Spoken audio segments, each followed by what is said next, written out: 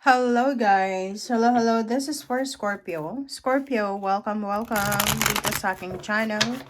Kapalaran 888, welcome guys. Alamin natin Scorpio kung anong messages, vibration, gabay, energy para sa inyong lahat. So titingnan natin Scorpio ang message nyo for this 2026. What to expect. Okay, ano ba yung pwede nating expect ngayong 2026? Okay, so first half muna tayo. This is January, February, March, April, May, and June. Okay, so meron kang first 6 cards. Okay, I hope nakikita nyo guys. Kita nyo ba?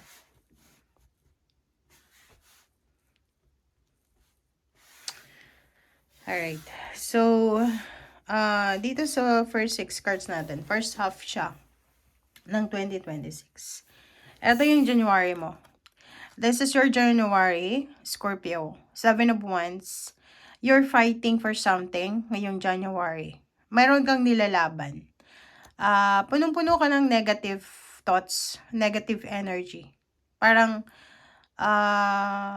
marami kang gustong gawin, pero hindi mo magawa. Maraming gumugulo sa isip mo this January. Nakikita ko both relationship or family life or even the job or career. Masyado kang naguguluhan. So, talagang kailangan mong ilaban yung dapat ilaban. Okay? Pagdating ng February, medicine wheel, sinasabi ng bara, this is wheel of fortune. Mayroong posibleng magbago sa buhay mo. So, pag ngayong January, you are contemplating. Diba? Nagko-contemplate ka ngayon eh. It's either ipupush through mo itong plano mo. Pwedeng planong paglilipat bahay, change of career, change of job. Pwedeng gusto mong pumunta ng ibang bansa, international, local, or anything na gusto mo. And pagdating ng February, sinasabi ng barahan na the universe will offer you change. The universe will offer you clarity na pwedeng magdala talaga sa'yo ng changes. And pagdating ng March, you will be super excited.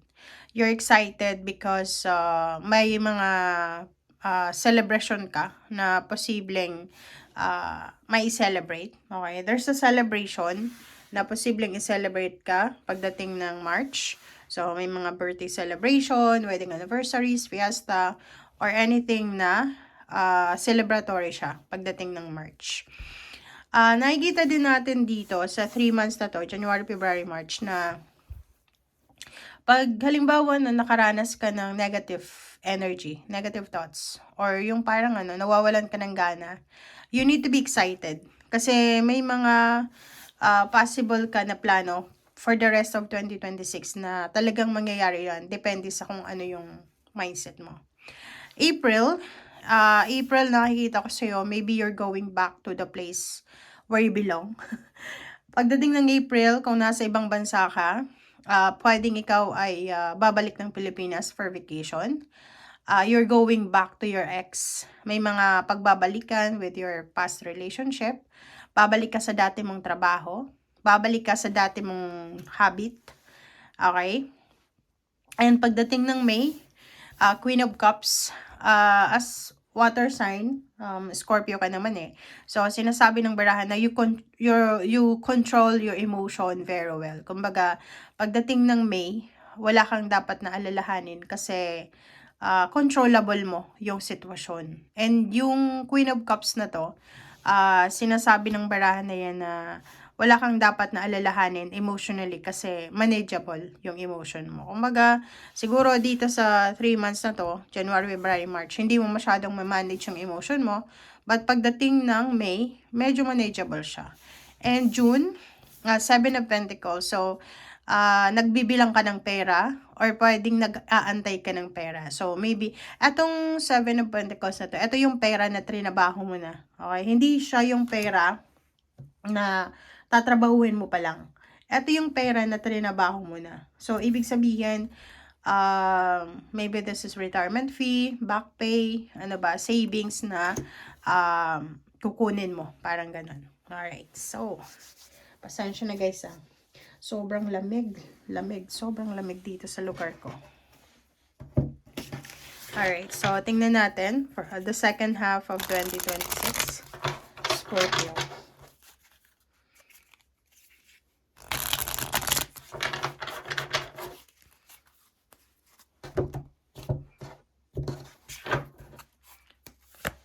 Okay, Ace of Swords. This is July, August, September, October, November, December. Okay, Sagittarius ang pinaka center ng second half mo, Scorpio. Ace of Swords, pagdating ng July, maraming balita ka na matatanggap. There's so much communication, information, kaliwat kanan na offer, job offer, love offer. Magdahan-dahan ka dito kasi itong Ace of Swords, same with the Knight of Swords, masyado tong mabilis. So, kung ano man ang desisyon na gagawin mo pagdating ng July, kailangan mong magdahan-dahan. Okay?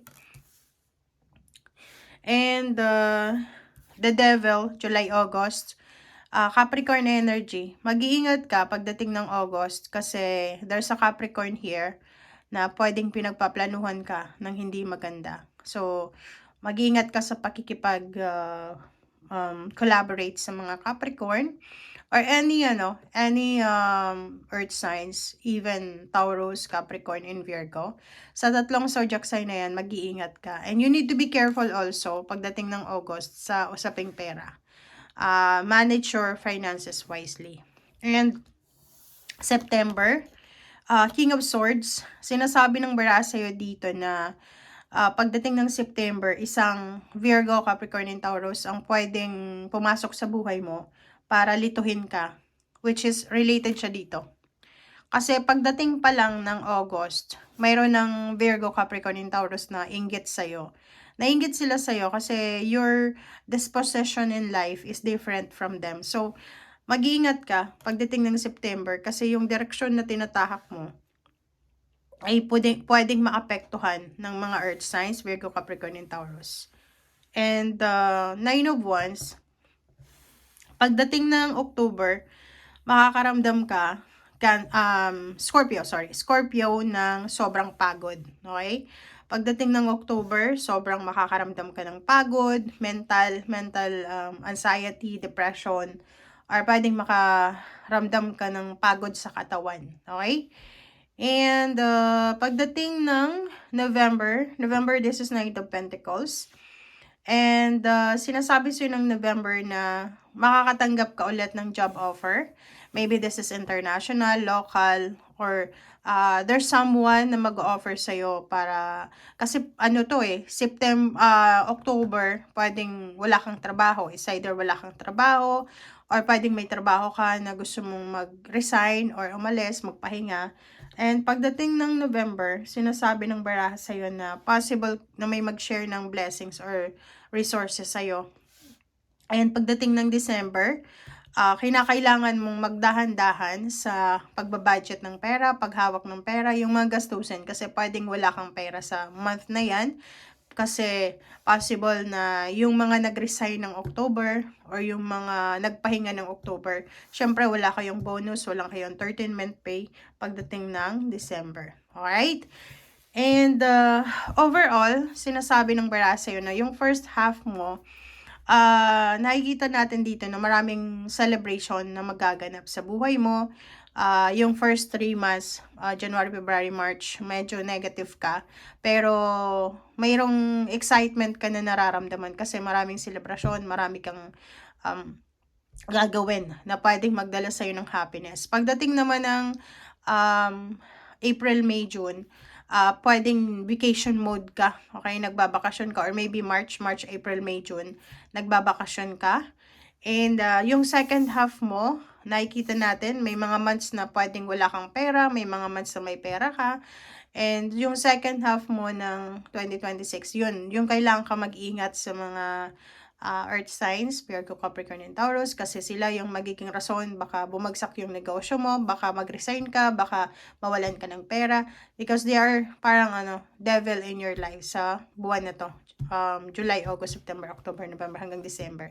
Mag-iingat ka. Okay? So, thank you guys. Bye!